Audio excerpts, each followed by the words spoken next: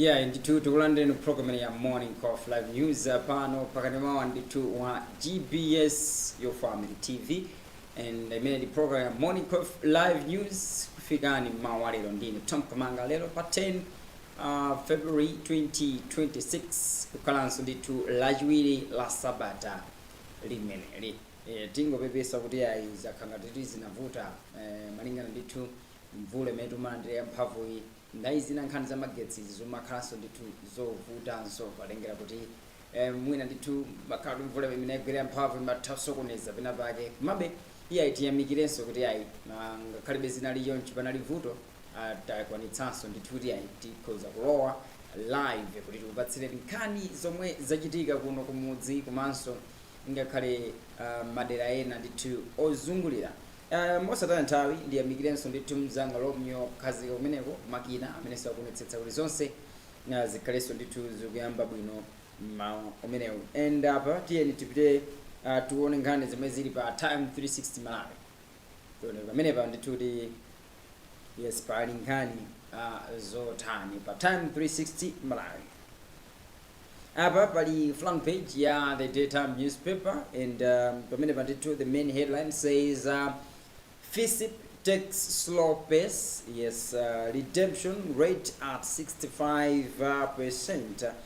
Yes, ndikanga kuti ntchito ndithu yogulitsa zipangizo zotseka mtengo za ulimi pansi pa ndithu tikozina initiative imene ya project imene ya FISIP ikanga kuti ikuyenda ndithu pang'ono pamene ndithu anthu amene akuyenera kuchita benefit ndi zipangizo zotseka mtengo zimene zaulimi ndithu padakali pano ndi anthu okwana almost 65% ya anthu amenewa akwanitsa ndithu kugula zipangizo zimenezi. Maize prices still nose dividing, yes pamene panso ndithu khangati kuti yayi mitengo ndithu ya chimanga padakali pano ndithu khangati be ndithu kusiyana-siyanabe malinga ndi madera kumabe the fact is padakali pa mitengo ya chimanga ndithu yayi zikutisiyanabe ndi mmene zinalili mwina in the 2025 panopa ndithu khanga ndi mitengo ikunkabe ndithu natsikabe ndithu mtengo. AG speaks on RBM ruling, yes imeneyinso ndithu ndi nkhani imeneyo ndithu Attorney General yes khanga kuti yayi wayankhulaponso ndithu pa chigamulo chomwe chinachokera ndithu ku Supreme Court of Appeal makamakaso zokhudzananso ndithu ndi kuti bank imene ya reserve ilipire ndithu ndalama za nkhaninkhani yes ku ndithu finance limited yomwe ndithu yayi unena kuti mlandu umene unachitika ndithu way back in 2005 should be yeah so ni drama zambiri zomwe ndithu agamula so AG wakhulapo ndithu pankhani imeneyi yes so mwanjira ine tikuzana zimene ziningani zomwe zili pa front page ya the daytime newspaper mutsiku lalero tione kuti back page nayonso ndithu yunyamula nkhani zotani pamenepa. Security flaws threatened game, yes farm investigates pitch invader angry scenes yeah pamene panso ndithu kuanga kuti masewera amene analipo la mulungu pakati pa team imene FCB Nyasa Big Bullets komanso tikukamba Mzuzu City Hammers masewera amenewa regardless kuti ndithu anatha bwinobwino komabe panalinso ndithu zovuta zina ngati ndithu yayi mwina ziwawa ndi apo ena kulowa ndithu m'bwalo la zamasewero yes so zimenezi ndi zina zomwe zinaonekeranso ku masewero amenewa so bungwe limene lafamu likhalanso ndithu likufufuza za nkhani ndithu ngati imeneyi. Mwawi backs NAM on hiring consultant yeah sipangati mwayi kumwenda amene ndithu yayi wakhala kusewera team imene ya the Queens for so long akukhangati kuti nayenso ndithu agulizana nazo ndithu lingaliro lina kuti amene ndithu NAM limbenso ndithu consultant amene tathandizirenso team imene ya the Queens kuti mwina ndikuyambanso ndithu kuchita bwino padakali pano we are saying nena kuti performance ya the Queens si performance imwe ndithu ngati ya Malawi timakhala ndithu tikuidziwa nayo kwa nthawi yonse potengera kuti team zambiri amene timakwanitsa wagonjetsa pano tikukatinga titagonjetsa ndithu mophweka ena ndithu anayamba matigonjetsa yes so mwina ni mbali imodzi yofuna ndithu kukonza ndithu vuto limenelo. Yes, apasa kuti kuhes in boot camp on February 14. Yes, FLA Mid Health Renewal Pact imenesha nkhani kutero. Kungwa cements goalkeeping status. Zimenezi ndi nkhani zimwe zili ndithu pa back page ya the Times newspaper kukamba lero ndithu pa 10 February 2026. And mopitilirabe tione kuti nkhani zina pamene pa Time 360 Malawi kodi izi kuti motani. Yeah, mwina mongo kumbutsana program ine ya Morning Coffee Live News timaona nkhani zosiyanasiyana kuti zomwe zalembedwa ndithu ma online news platforms ovomerezeka, not just any other online page, but ndithu ali ovomerezeka kuti palembedwa nkhani zotani kuti Malawi ndithu ya tizitanso ndithu kukhala ndi a wider or a broader picture of what is really happening in the country. Yes, abaso ndithu tione kuti nkhani zinazi kuti motani. Bungwe la Film Association afiki taiona pa nkhani za msangulutso afiki izikhala bwino. Ntambi yoona za kusintha kwa nyengo ya climate change and meteorological services yati namondwe ochedwa Gezani akupitilira kuyenda ndi kuyandikira mu dziko la Madagascar, ndipo namondweyu akuyembekezeka kufika mdzikolo mawa masana, meaning to say today. Yes, ntambi yati padakali pano ndithu namondweyu akadali kutali ndi dziko lino, ndipo sanayambe kukhudza kapena kupereka chiopsezo ku Malawi. Yes, iwo atinso apitilira kutsatira kayendedwe ka namondweyu komanso kudziwitsa anthu ngati pangakhale kusintha kapena chiopsezo china chilichonse chimene chingatikhudze ife ngati dziko la Malawi. Akuchiziranso kunena kuti tiyembekezere mvula kupitilira m'madera ambiri mdziko lino chifukwa cha mphepo za ITCZ, ndipo iyamba kugwa m'madera ena akuchigwa cha mtsinje wa Shire monga Chikwawa ndi Nsanje. So akuti kuli namondo wina amene padakali pano ndithu akuyandikira akulowera ndithu ku dziko limene la Madagascar, namondo amene akuti Gezani. So namondo amene yakuona kuti akhalenso ndithu ndi ma impact ake. So padakali pano meteorological service akuyang'anitsitsa ndithu nyengo imeneyi mwatcheru, akhala kuti patsa ndithu mauthenga kuti yayi padakali pano namondo akuyenda motere alizili motere, ndipo yayi kuno Malawi mwina tikhoza kukhudzidwa kapena yayi. So it's just to alert us kuti pali ndithu nyengo imeneyoyo. Yes, that's about the story. Yes, tionenso ndithu nkhani zinazo zokuti motani. The High Court in Mzuzu is expected to begin mediation on Tuesday in a 64.5 hectares land ownership dispute involving the Livingstone Synod of CCP and some community leaders from Bandawe in Kata Bay district. At the center of the dispute is whether the claimant holds freehold rights over the contested land, which is located around Makudzi, also known as Old Bandawe. Through the mediation, the Synod also wants a determination on whether the defendants have trespassed and encroached on its land by selling, clearing, cultivating, constructing buildings and roads, and allocating plots to other people, among other activities. The Synod's General Secretary William Mutembo said he could not comment as the issue is in court. Yeah, however, in an interview, Group Headman Chimbano questioned the Synod's claim to the land, saying it was the chiefs who gave early missionaries the land and they returned it them after they relocate. Yeah, so I'm kind of you could tell about. Yes, Lilongwe Water Board has expressed concern over the tendency of connecting storm water drainage systems to the board's sewer network. In a statement, the Lilongwe Water Board says the sewer system was strictly designed to carry wastewater only and not stormy water, as it is currently stated. The board says it has since deployed its team to identify the offenders who would be prosecuted accordingly. Meanwhile, environmental activist Charles Bakolo said described the malpractice as a serious environmental and public concern that demands immediate attention. Yeah, so nkhani yake ndithu ikutero pamenepo. Yes, tunebe ndithu nkhani zina mamaka we should appreciate this one. Then we have also to move on to Nation Publication Online.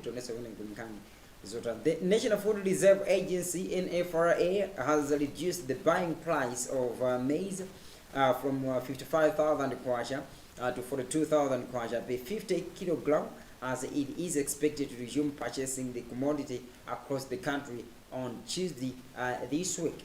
In a public notice dated February 9, 2026, NFRA has indicated that the drop has been done following market research.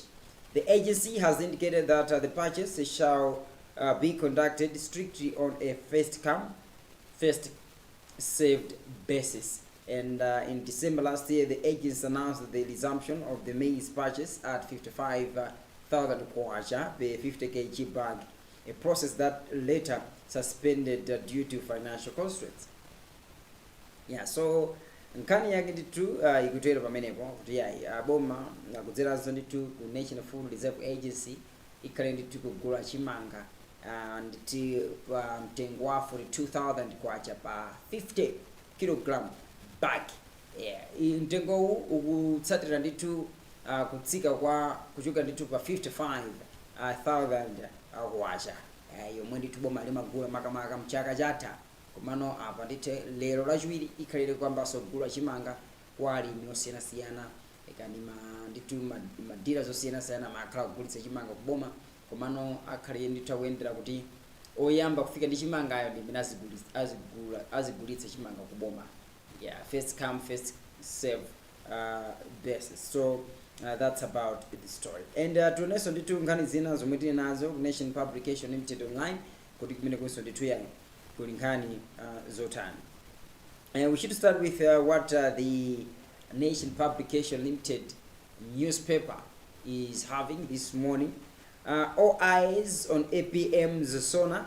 Yes, citizens expect demand clear recovery plan as economic debt and food crisis room. Yeah, so antambiri ndithu maso akukhala ndithu yayi kuyang'anira ku nyumba ya malamulo kuti yayi pa nthawi imene ikhaliso kutsegulidwa mwezi uno. Kodi mtsogoleri wa dziko lino Professor Arthur Peter Mutharika kodi mu State of Nation address yake SONA akakamba zotani pamene ndithu pakukhanga dziko la Malawi still more is facing nyengo ndithu kukwera mtengo kwa zinthu ngati zimenezo. Kodi akakamba ndithu zotani kuti mwina zipereke chiyembekezo kwa Malawi kuti yayi we should expect ndithu kuti this year ndithu boma ndithu likhali kukonza mavuto ena ndena amene ndithu dziko la Malawi likukumana nawo. So that's about the story. And Mzuni suspends staff probes academic fraud. Nganina secretary pamenepo. Transporters protest the BCC's track movement restrictions. Ameneso nkhani kutero Malawi tipped on stronger air warning systems. Yeah, so zimene ziso ndi nkhani zomwe zili ndithu pa front page ya the Daily Times, should be Nation Publication Limited newspaper. Yes, so tuone kuti back page yake ili ndi nkhani zotani makamaka. Before we appreciate the back page, ndimafuna tutangona so ndithu ma comments amene ndithu ali pa ndithu pa front page ya pa post ya front page ya the Nation Publication Limited Online kuti pa post ma comments ndithu akuyenda motani. Yeah, apa ndithu ena kuti yes, apa kuti hopefully we will not waste our precious time with a district by district update like his predecessor. And we know we got APM and proven leadership is back. Waiting to hear my government will introduce tax on every child born and every wedding. Yes, and that's only to kutera pamenepo.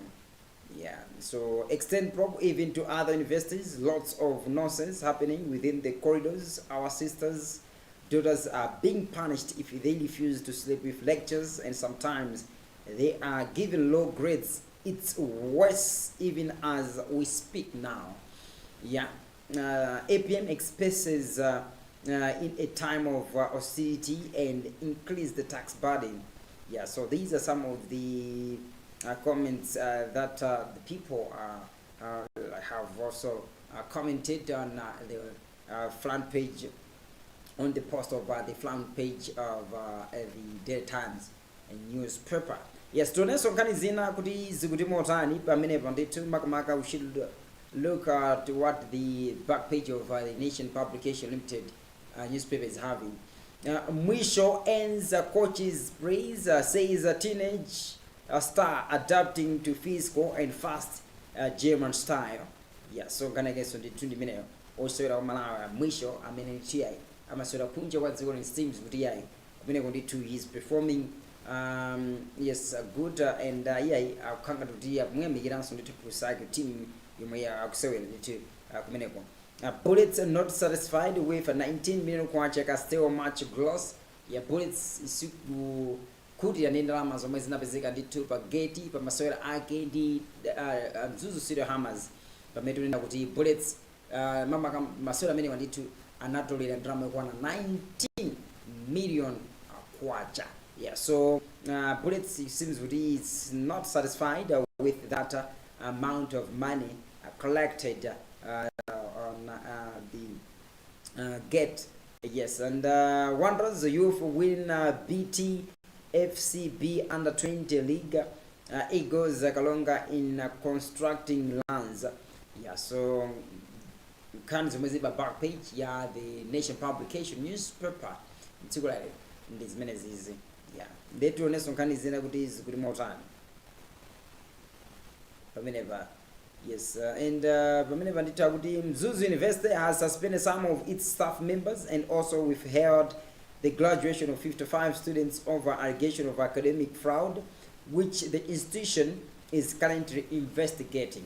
A statement released by the university this it should be yesterday says the 55 are from a group of 103 students whose integrated management information system portals were compromised. Mzuni is responding to reports alleging that some degrees with distinction and credit were improperly awarded and that some final level students have been asked to go back next year to start level 1 or over again. Yes, currently Mzuni says the institution's lawyers with support from the Anti-Corruption Bureau ACB are investigating the matter. Leads in part the statement. Currently, the investigations are continuing with technical support from the ACB and the Mzuzu University Legal Council. None of the suspected students is a first-class award candidate, which in the social media claims would be equated to a distinction. Yeah, some kind of zima grades, zima kazo for one mili, maga my universities, menemo. Yes, sometimes pamakalowelera nditi kwa ma students komanso mwina the lecturers kunia ima grades anga mwina kuona kuti sabwino. Yes, so tatiye ndipangeni kuti tiachite nditu tichite nditu yai manipulate ma grades amene kuti mwina I should find distinction, I should find credits, so zinthu ngazimene zimachitika ma universities. So and zikuona nkhani imene mzudi. Yes, it's it has also happened, and the school administration is very serious working on the issue, and the ACB Nayon need to has intervened and is still following on the investigations with this case when the motan kumabe amene ukonzidwa I think mene malinga ninkani mekonetsa ndo phuziro kwana 55 amene khanga kuti nali to kukhanga kuti kupanga manipulate ma grades awo. Yeah, so zikanga kuti nawonso ndito awu zitakabwerirenso akambirenso ndito wani. So that's also what the story say. Yeah, kawi ndito zimakazola bitsa umalawi. Yeah, this one has a degree komano somehow my performance yake even ndito ikabangiro kazinto seems kuti muntu wa MCE. Yeah, zina zimakazola bitsa. Yeah, so this is what also is eating up our education, um, our education here in Malawi. Tibaona maphunziro athu maneneriya maphunziro athu ise makhanga tutisa mphamvu kwambiri zinthu nga zimene zozo zina zimakhala ngati ndithu zimenezo pesa kuti ma-issues ena kuti ana pamakhala ma-allegations nena kuti munasungwana ena magona ndi ma-lectures azipeza ma-grades abwino. Sometimes madaba kuti kodi awa achita chonchi bwanji akhoza bwanji distinction yampeza bwanji awa tikatupanga ma discussions tikakhala class munje kumaona ndi mmene ndithu tikuchitira ndithu interact in class munja awa zimaonetsa kuti zambiri zimachita kugogodera komano when it comes to mayeso akabwera ma results pesa no ma grades ake ndithu ndapamwamba sipakhala bwanji. Yeah, so zinthu nga zimene zimachitika ndithu ma universities. Tuone ndithu nkhani zina apa kuti I think ndingoona some comments mankhani mene, if this was a private university Nche could have already revoked accreditation. Yeah, so that's what the comment is saying. And akunena kuti the sick nation and sick education system. Yeah, kukhala pa private apa ndebwezi pano ndi Nche yaonetsa mphamvu koma poti ndichaboma basi zipangani zibwana zanuzo. Yeah, and degree is degree even if it's with pass. Ndizo ndizo sopano wasanduka nazo year zero in the name of getting a degree with distinction. Mutu uli kwa ngati wanga. So that's what the other people are saying, are commenting on the matter. Yes, unena kuti and can ndionena kuti a degree, it's a degree, either it's a pass, if it is a degree, we're not considered it's just fine, kumano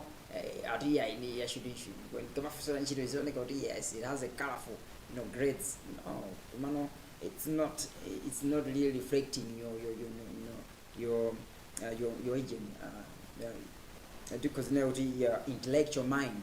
Yeah, so it's because of food.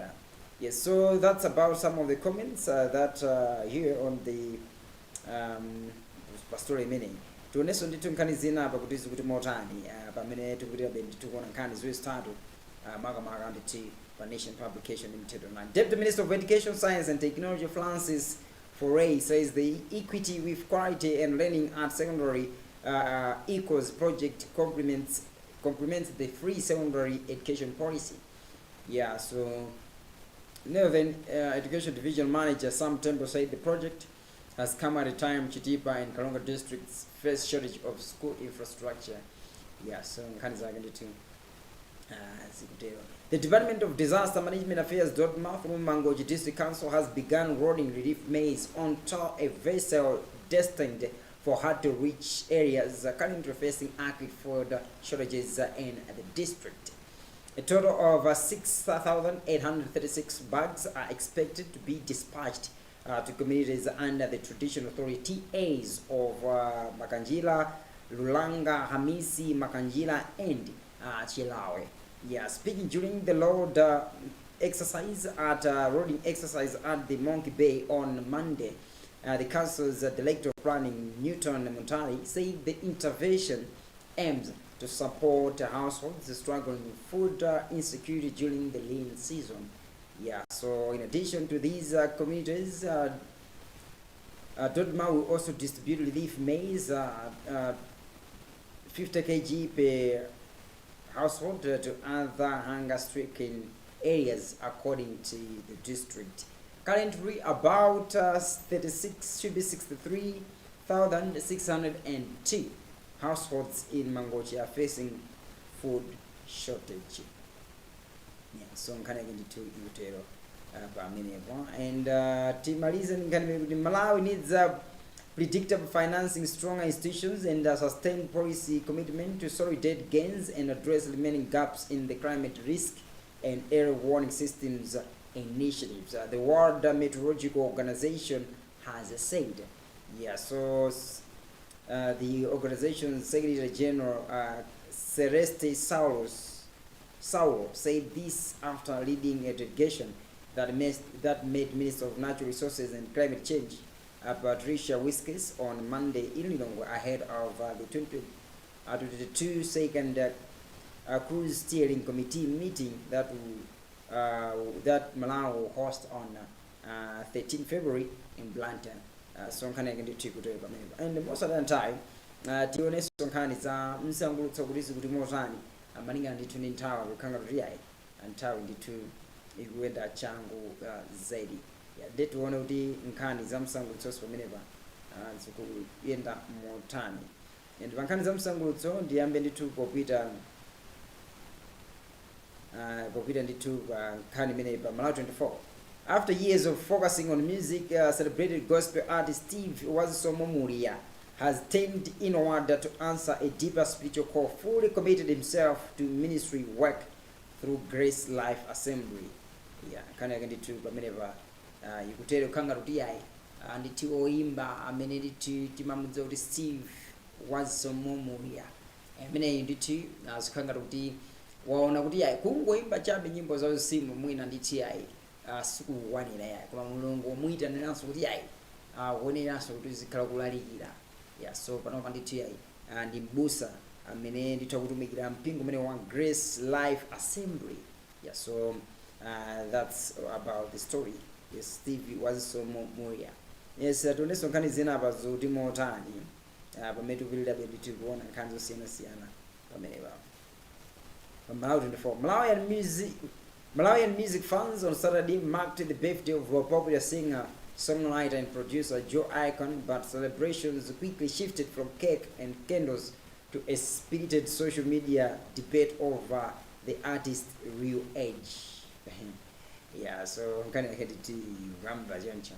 Yeah, so why and to always yeah,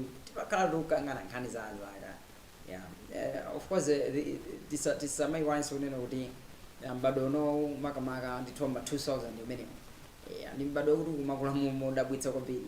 Yeah, so nthawi zina itiye ndizimvomekezani ena akamatuza kuti tili ndi zaka 20 akuoneka ndithu ngati munthu wa zaka ndithu mwina 30 bado nokula zina zake. And say sometimes it's real. Yeah, it's real. Yeah, so you just need to accept it.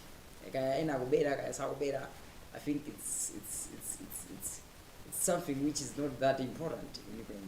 Yeah, so I Joe Icon's 90th birthday celebration last Saturday. Yeah, so I kwamba uri icon time leo and chidu yak mumura ike chidu kupanga celebrate birthday. Chidu yawo isho pana number kwamba uri akodi zaka zomwe zinene basi zikugwirizana ndi mmene nkulu amene akuonekera. Yeah, so chimwe chili chokuti zazing'ono zimenezi. Maybe we should not forget that bado no anthu akukula mwachangu. Zosiyana ndithu ni mibado yathu ya ma 90s. Wina ndithu makabeka kundeweka makabeka na yake. Maybe 2000 wa akuthamanga kwambiri. Anthu akumakula ndithu mwachangu kwambiri.